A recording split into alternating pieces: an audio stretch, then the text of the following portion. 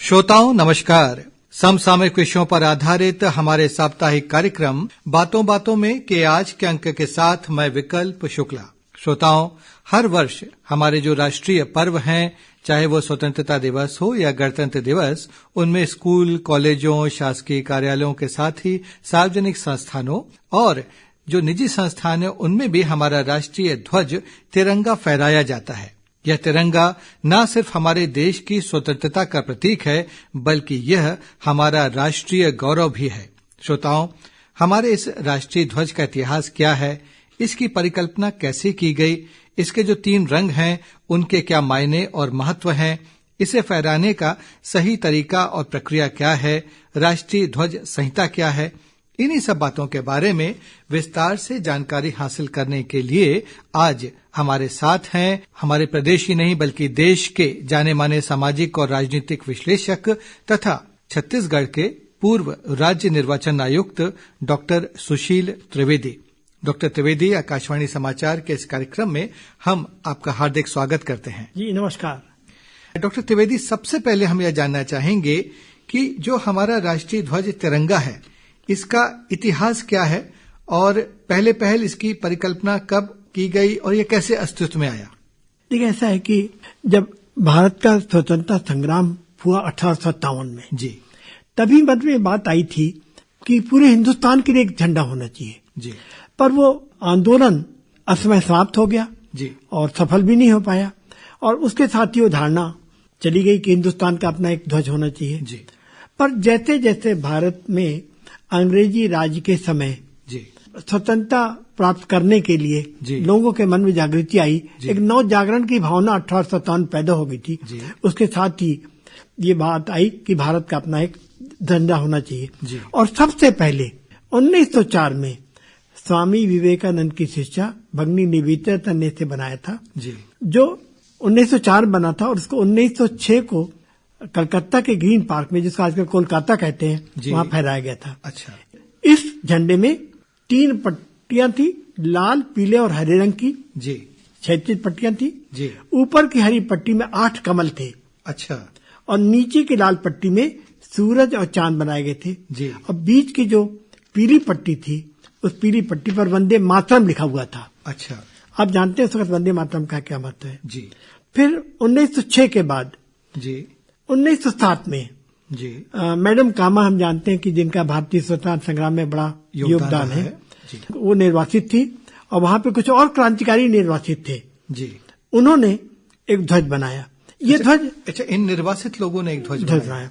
ये इस ध्वज के लिए प्रेरणा उनको भगवती निवेदिता के बनाए गए ध्वज से मिली थी। जी, उन्होंने एक थोड़ा अंतर कर दिया। क्या? इसमें कुछ संशोधन कर दिया कि ऊपर की पट्टी पर, जी, जिससे पहले 8 कमल थे, जी, उस 8 कमल की जगह उसमें केवल 1 कमल कर दिया गया। अच्छा, और 7 सप्तर्षि के रूप में 7 तारे बना दिए गए। हम जानते हैं सप्तर्षियों का क्या महत्व है। जी, और इस ध्वज को समाजवादी सम्मेलन जो बर्लिन में हुआ था, वहां इसको फहराया भी गया था। जी, ये घटना हो गई 1907 की। जी, अब देखिए, हिंदुस्तान में आंदोलन चलते रहे स्वतंत्रता संग्राम के। जी, और इस स्वतंत्रता संग्राम आंदोलन में लोकमान्य बाल गंगाधर तिलक का उदय हुआ। जी, और बाल गंगाधर तिलक ने होम रूल की मांग की। जी, होम रूल की मांग की। जी, और उस होम रूल के अनुसार 1917 में फिर एक ध्वज बनाया गया। जी, और इस ध्वज में उन्होंने क्या किया? 5 लाल पट्टी, जी, 4 हरी पट्टी, जी, और उसमें एक के बाद एक सप्तर्षि के रूप में 7 सितारे बना दिए गए। अच्छा, होम रूल का मामला था। इसलिए ऊपरी किनारे पर बाईं ओर जो यूनियन जैक था, जी, उसका एक चित्र लगा दिया गया था। जी, और नीचे कोने में सफेद चंद्र और एक सितारा भी लगा दिया गया था। अच्छा, ये देखिए भावना कि जब होम रूल की भावना है, अर्थात अंग्रेजों के अधीन भारत को स्वतंत्रता, डोमिनियनशिप मिल जाएगी। जी, और होम रूल हो जाएगा, इसलिए यूनियन जैक उसमें आ गया था। जी, लेकिन ये ज्यादा चला नहीं। और महात्मा गांधी 1920 में जब लोकमान्य तिलक का निधन हो गया और उसके बाद महात्मा गांधी भारतीय स्वतंत्रता संग्राम में सर्वोच्च नेता के रूप में उभर कर आए, तो उन्होंने 1921 में पहली बार कहा कि भारत के का अपना एक झंडा होना चाहिए। और इस झंडे को आंध्र के पिंगली वेंकैया ने बनाया। अच्छा, उन्होंने डिजाइन किया जी। और जो डिजाइन किया था कुल 2 रंग थे। अच्छा, लाल रंग और हरा रंग जी। और बीच में एक चक्र था जी। उन्होंने कहा लाल रंग भारत के हिंदुओं का जी और हरा रंग भारत के मुसलमानों का जी। पर महात्मा गांधी का नहीं, भारत में अन्य धर्म के जो लोग हैं हम जानते हैं जी। और इसलिए उन्होंने इसमें सफेद रंग भी बीच में जोड़ा।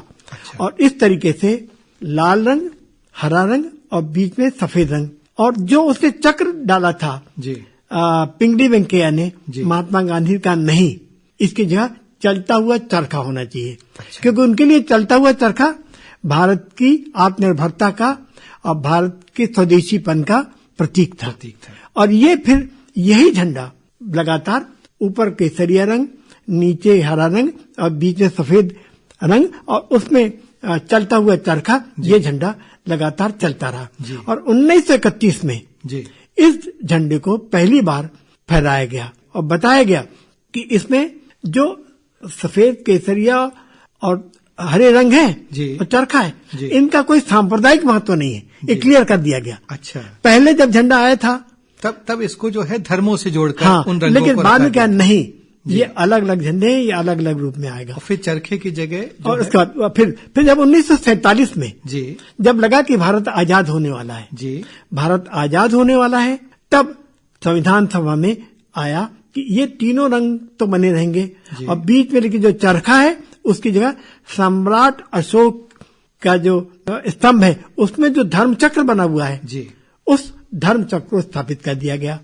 और इसकी महत्ता को उपराष्ट्रपति राधाकृष्णन ने स्पष्ट किया था कि इन 3 रंगों का क्या महत्व है और चक्र का क्या महत्व है। बताइए 22 जुलाई 1947 को इसे अपनाया गया जी अपनाया गया। अब हम डॉक्टर त्रिवेदी, आपने इसका इतिहास तो बहुत अच्छे से बताया और हमें हमारे श्रोताओं को पता भी चला कि किस तरह से चरणबद्ध तरीके से ये एक इसकी परिकल्पना अलग अलग की गई और फिर ये एक अस्तित्व में आया। अब हमें जानना चाहते हैं कि जो 3 रंग हैं और जो चक्र है उनके क्या मायने हैं और क्या महत्व है। जो हमारे उस समय नेता थे उन्होंने क्या किस सोच के साथ इनको रखा था। देखिए, पहले तो जब 1921 में जब बना तब तो धर्म से जोड़ा था पर बाद में 1931 का कि नहीं, धर्म नहीं लेकिन जब इसको राष्ट्रीय ध्वज के रूप में स्वीकार किया गया तब ये स्पष्ट किया गया कि जो ऊपर का केसरिया रंग है वह देश की शक्ति और साहस को प्रकट करता है। अच्छा बीच की सफेद रंग की जो पट्टी है वो शांति और सत्य का प्रतीक है। अच्छा। और नीचे की जो हरी पट्टी है वो भारत की उर्वरता, सत्य श्यामला, वृद्धि और भूमि की पवित्रता को प्रकट करता है। हम हमेशा भारत भूमि को सत्य श्यामला कहते हैं, सत्य श्यामला वही है। और जो बीच का धर्म चक्र है इसको विधि का चक्र भी कहते हैं। और जैसे कि मैंने बताया आपको कि ईसा से 3 शताब्दी पूर्व सम्राट अशोक के समय सारनाथ की जो लाट थी उसमें चक्र बना हुआ है। उस चक्र में जो 24 तीलियां बनी हुई हैं, ये 24 तीलियां दिन रात के 24 घंटों का प्रतीक है। और यह हमारी गतिशीलता, भारत की गतिशीलता, हमारे मनुष्य की गतिशीलता का प्रतीक है। ये कभी रुकता नहीं, चलता रहता है। अच्छा डॉक्टर त्रिवेदी, जो हमारा राष्ट्रीय ध्वज है, तिरंगा है, इसको बनाने के लिए, इसके आकार के लिए भी क्या कोई मानक तय है? जी हाँ, 1950 पहले तो कोई मानक तय नहीं था। ये था जरूर कि लंबाई और चौड़ाई में 3/2 का रहेगा। 3 फीट लंबा है तो 2 फुट चौड़ा रहेगा। 3 फीट लंबा 2 फुट चौड़ा रहेगा। लेकिन 1950 में पहली बार भारतीय मानक ब्यूरो ने इसके मानक तय कर दिए और ध्वज की विशेषता बता दी। और तब तक मीट्रिक प्रणाली आ गई तो मीट्रिक प्रणाली में भी कितने मीटर लंबा, कितने मीटर चौड़ा ये बता दिया। और तो और जो रंगों का है, रंगों का जो केमिकल स्पेसिफिकेशन भी है। अच्छा। अगर संहिता आप उठाएंगे तो बाकायदा एग्जैक्टली कौन सा रंग होना चाहिए उसका जो नंबर है वो नंबर तक उसमें दिया हुआ, केमिकल नंबर दिया हुआ है। और इसको लगातार बताया गया। ये बड़े गंभीर है। इसके बनाने के लिए ये तय किया गया कि जो झंडा होगा या तो खादी का ही होगा या सिल्क का होगा या फिर ऊन का होगा। अच्छा। इसके अलावा और किसी का नहीं बन सकता। इसी जानते हैं, बार बार आपत्ति होती है कि प्लास्टिक के झंडे नहीं चलेंगे। प्लास्टिक झंडे बना गलत है। खादी हाथ से कटा हुआ इसके लिए उपयुक्त माना जाता है। इसलिए इसके धागों के लिए एक बड़ी प्रणाली निश्चित कर दी गई कि कितना मोटा धागा होगा, कितने अंक का धागा होगा, सब उसमें बता दिया गया। और दूसरी बात, जो अशोक चक्र है, अशोक चक्र जो सफेद बनाया जाता है या तो वो मुद्रित होता है या स्टेंसिल के द्वारा होता है या या से कढ़ाई कर दी जाती है जी। विशेष ध्यान रखा जाता है कि चक्र उसमें अच्छी तरीके से मिले और दोनों तरफ से ठीक से दिखाई दे जी। चक्र एक तरफ नहीं होना चाहिए, दोनों तरफ से दिखाई देना चाहिए। कढ़ाई ऐसी हो कि दोनों तरफ से ठीक से दिखाई दे। इस पेंसिल अगर किया जाए मुद्रित हो रहा है हाँ। तो दोनों तरफ ठीक से और दोनों तरफ के रंग भी बराबर होने चाहिए। अच्छा। और जैसा मैंने कहा कि अब इतना समय नहीं है, पर बाकायदा हमारी जो मानक दिया हुआ है उसमें एग्जैक्टली इसका नंबर क्या, किस नंबर का केसरिया रंग होगा हाँ। किस नंबर का सफेद हो, किस रंग का हरा, ये भी दिया गया है। और ये खादी के भी जो है जो मानक है जी, जो कॉटन के मानक है वो भी उसमें दिए हुए तय है वो। अच्छा सर, हम ये भी जानना चाहते हैं कि जो भारतीय राष्ट्र ध्वज जो संहिता है वो क्या है और इसमें मुख्य रूप से क्या दिशा निर्देश दिए गए हैं? देखिए, हम बताएं आपको कि जब ध्वज बन गया तो ध्वज संहिता भी बना दी गई जी। उसके साथ ही साथ ध्वज संहिता भी बना दी गई जी। कि कैसे फहराया जाएगा, क्या होगा, बड़े स्पष्ट रूप से दे दिया गया जी।